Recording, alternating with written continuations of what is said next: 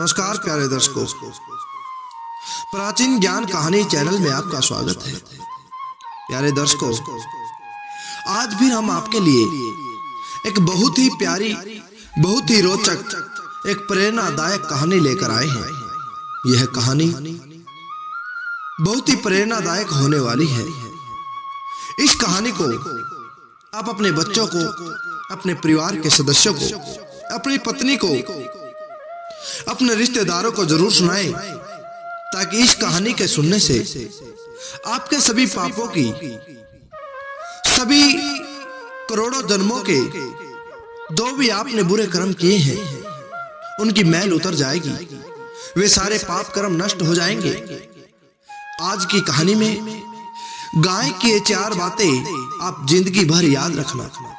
अगर आप इन बातों को याद रखेंगे तो जीवन में किसी प्रकार का कोई कष्ट नहीं आएगा, किसी प्रकार की कोई भी समस्या का आपको सामना नहीं करना पड़ेगा, आपका जीवन खुशहाल हो जाएगा। अगर आप गाय की इन 4 बातों को मानोगे तो आपका जीवन सार्थक बन जाएगा। इससे पहले हम इस कहानी को शुरू करें, अगर आप हमारे चैनल पर नए हैं तो चैनल को सब्सक्राइब जरूर करें और बेल आइकन को जरूर दबाएं, ताकि आने वाली हर वीडियो का नोटिफिकेशन सबसे पहले आप तक आए। प्यारे दर्शकों, इस कहानी को आप शुरू से लेकर अंत तक जरूर सुनें। अगर आप बीच में छोड़ दोगे तो आपको यह कहानी समझ में बिल्कुल भी नहीं आएगी। और वैसे भी महापुरुष कहते हैं कि अधूरा ज्ञान हमारे लिए दुखदाई होता है। अधूरे ज्ञान से हम जीवन में ऐसी जगह पर फंस जाते हैं जहां पर हमें उस बात का पता होते हुए भी वह ज्ञान काम नहीं आता। तो प्यारे दर्शकों, आइए शुरू करते हैं आज की बहुत ही प्यारी, बहुत ही प्रेरणादायक यह कहानी। प्यारे दर्शकों, एक बार की बात है, एक व्यक्ति बड़े ही धार्मिक विचारों वाला था, पूजा पाठ में अपना ध्यान रखता था, प्रभु की भक्ति करता था। एक दिन उसने अपने मन में ठाना कि वह गंगा यमुना सरस्वती के संगम को इलाहाबाद प्रयागराज में स्नान करने के लिए जाएगा। सर्दियों का समय था। उसके मन में यह ख्याल आया कि वह पवित्र स्नान करने के लिए इन पवित्र नदियों के संगम पर जाए और वहां जाकर अपने जन्म जन्मों की इस पाप की मैल को उतार कर आए। अब वह अपने घर से इलाहाबाद प्रयागराज के लिए चल पड़ता है। प्यारे दर्शकों, जब वह इलाहाबाद प्रयागराज के समीप पहुंचता है तो वहां पर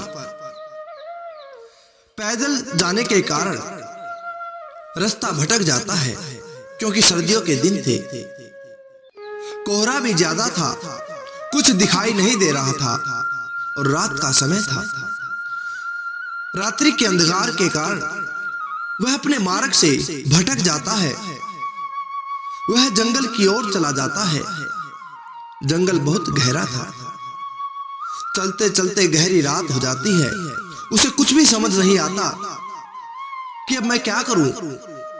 आसपास उसे कुछ दिखाई नहीं देता। बड़ा विचलित हो जाता है।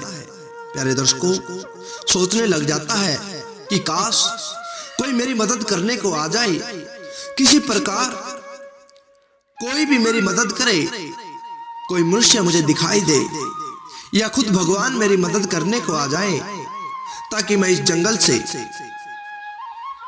निकल सकूं और अपना स्नान कर सकूं। यही बात को सोचते सोचते वह जंगल की ओर जा रहा था। रात्रि को इसी प्रकार सोचते सोचते वह गहरे जंगल में चला गया।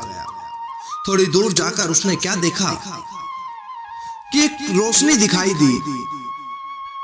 उसे कुछ आवाजें भी सुनाई देने लगी। उसने सुनाई दिया कि वहां पर सत्संग की आवाज आ रही थी। सोचने लगा कि इतने गहरे जंगल में भला कौन कैसे सत्संग कर रहा है? हो सकता है यहां पर कोई संत रहता हो सकता है यहां पर कोई सत्संगी व्यक्ति रहता हो। इतना सोचकर वह उस आवाज के सहारे उस रोशनी को देखता हुआ उसके पीछे पीछे चल पड़ता है। थोड़ी देर चलते चलते उसे एक आश्रम दिखाई देता है जहां पर बहुत सारे मसाल जल रहे थे। अब रात ज्यादा थी तो उसने सोचा क्यों न इस आश्रम में ही आज की रात को काट लिया जाए, आज की रात यहीं बिता दी जाए। संतों से मैं इस बात की बेनती करता हूं, उनसे प्रार्थना करता हूं कि मुझे इस आश्रम में रहने को दे। वह आश्रम के अंदर चला जाता है। वह देखता है कि अंदर बहुत सारे संत आपस में सत्संग कर रहे थे, हरि कीर्तन कर रहे थे। उन संतों के पास जाकर वह उनको दंडवत प्रणाम करता है और कहता है कि साधु बाबा, मैं बहुत दूर से आया हूं और रास्ता भटक गया हूं, और रास्ता भटकने के कारण अब मेरा कोई ठिकाना नहीं है। मुझे समझ में नहीं आ रहा कि इस जंगल में जाऊं तो जाऊं कहां। अगर आप मुझे रहने के लिए आज की रात को यहां पर कुछ स्थान दे दे तो आपकी अति कृपा होगी। इतनी बात सुनते ही साधु बाबा ने कहा कि बेटा, तुम चिंता मत करो, आज की रात तुम यहीं पर बिताओ। और वे संत सत्संग करने लग जाते हैं। अब वह व्यक्ति भी कुछ समय तो उनका सत्संग सुनता है और थोड़ी देर बाद वह सो जाता है। अब जब वह सुबह उठा तो सूर्य निकल चुका था। सूर्य की किरणें जंगल के अंदर आ रही थी, आश्रम के अंदर पड़ रही थी। क्या खूब नजारा था। उसको देखकर वह व्यक्ति बड़ा ही खुश होता है। अब उसने सोचा कि मैं स्नान के लिए त्रिवेणी के संगम पर जाऊं और वहां जाकर स्नान करूं और अपने सारे पापों को वहां पर धो डालूं। प्यारे दर्शकों, किंतु उसे रास्ता नहीं पता था। वह साधु बाबा से बोलने लगा कि बाबा जी, मुझे त्रिवेणी के संगम पर जाना है, गंगा यमुना सरस्वती के संगम पर स्नान करना है। कृपया मुझे प्रयागराज जाने का रास्ता बता दे। इतनी बात सुनते ही साधु बाबा ने कहा कि बेटा, हमें प्रयागराज का तो पता नहीं, किंतु हम आपको चारों तरफ की दिशाएं जरूर बता सकते हैं। अगर आप हमसे वो दिशा पूछना चाहे तो हम आपको बता देंगे। साधु बाबा ने उसको चारों दिशाएं बता दी और उनकी दिशा पूछकर वह आश्रम से चल पड़ा। उसके मन में शंका उत्पन्न हो गई कि कैसे साधु है, कैसे पाखंडी है। इनको इतनी पवित्र नदियों के संगम के बारे में नहीं पता, इनको इस तीर्थ के बारे में नहीं पता जहां पर जन्म जन्म की मैल कटती है। इस शंका ने उसके मन में घर कर लिया। अब वह जंगल में चलने लगा। उसने एक दिशा को निर्धारित किया और सोचने लगा कि अब मैं उत्तर दिशा की तरफ ही जाऊंगा। वह व्यक्ति उत्तर दिशा की तरफ बढ़ता चला गया। वह क्या देखता है कि थोड़ी देर चलने के बाद उसे वहां से 3 गायें आती हुई नजर आती है। वे काली गायें थी।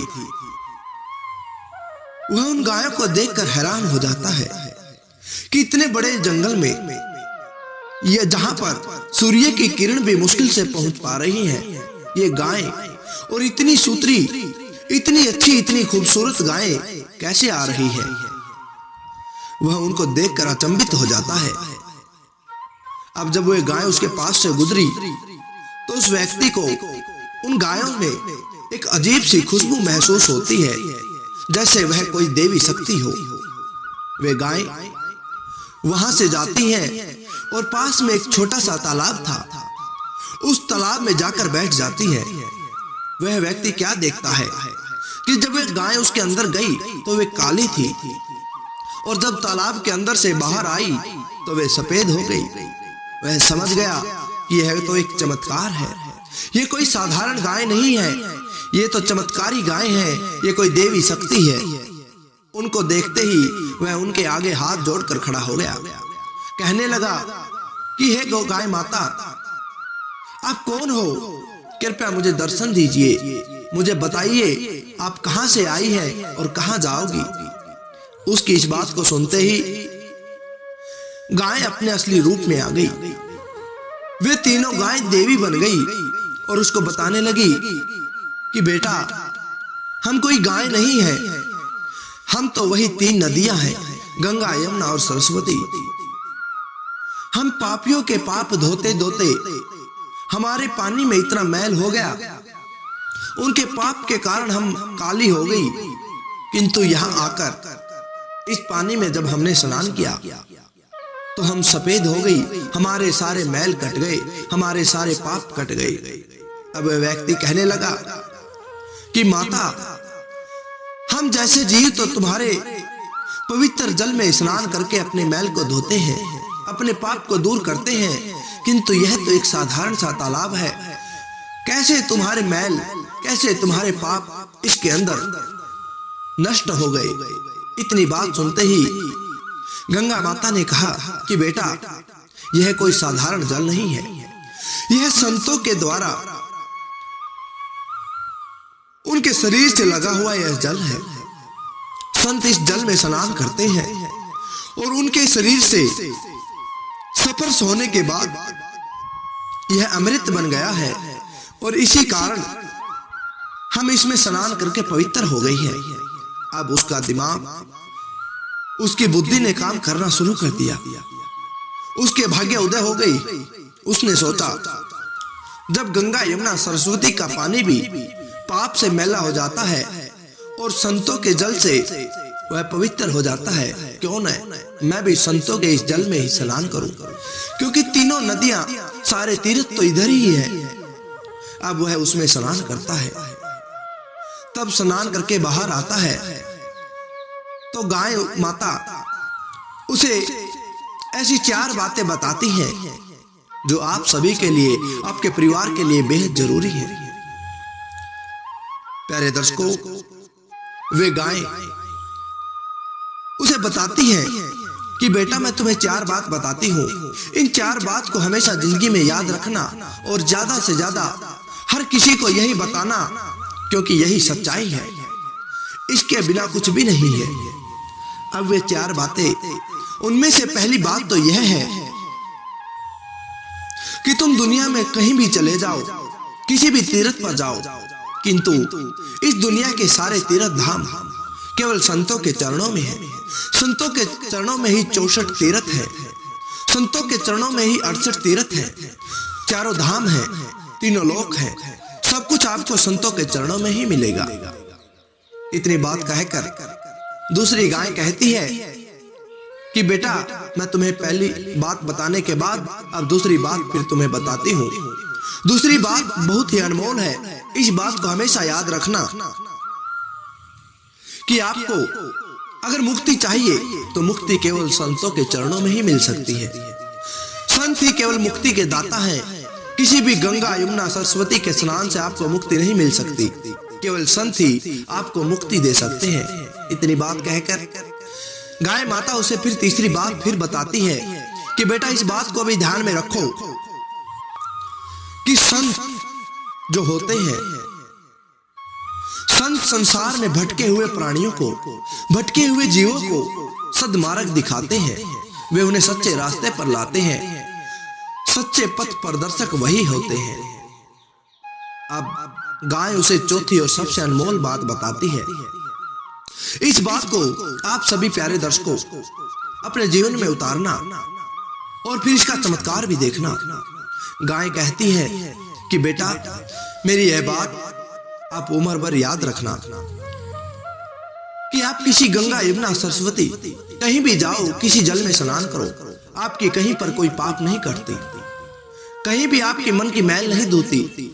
अगर आपको अपने पाप नष्ट करने हैं, आपको अपने मन की मैल उतारनी है, तो आप संतों के चरणामृत में नहा लो, संतों की चरण रज को अपने सीने से लगा लो, अपने शरीर से मल लो, तो तुम्हारे सारे पाप, तुम्हारे करोड़ों जन्मों के पाप एक पल में नष्ट हो जाएंगे। संतों के दर्शन मात्र से भी तुम्हारे न जाने कितने जन्मों के पाप नष्ट हो जाते हैं। और महापुरुष भी कहते हैं कि संत मिलन को जाइए तज माया अभिमान, जो जो पग आगे धरे कोटि यज्ञ समान। आप संतों से मिलने जाते हैं, उनके दर्शन करने जाते हैं, जैसे जैसे आप एक एक कदम आगे रखते हो तो करोड़ों यज्ञ के समान उसका फल मिलता है। तो प्यारे दर्शकों, यह थी आज की कहानी। अच्छी लगी तो लाइक करें, शेयर करें और कमेंट के द्वारा हमें